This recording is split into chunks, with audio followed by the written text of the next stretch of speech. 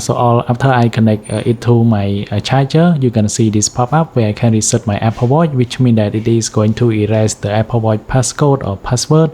Today I would like to share you how to simply reset the Apple Watch passcode or password, or for some reason if you forgot your Apple Watch passcode, I'm gonna show you how to reset it.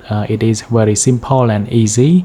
You can see my Apple Watch here. It is in passcode mode, password mode, which means that I cannot unlock my Apple Watch.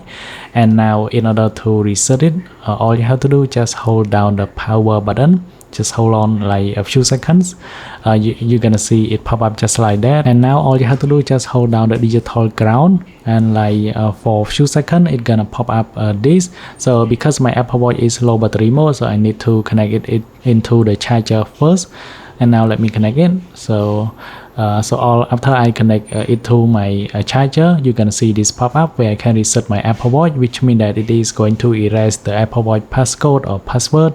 And it is but one more thing that you need to keep in mind is your Apple Watch will be erased. Everything on your Apple Watch will be lost, so you need to keep this in mind.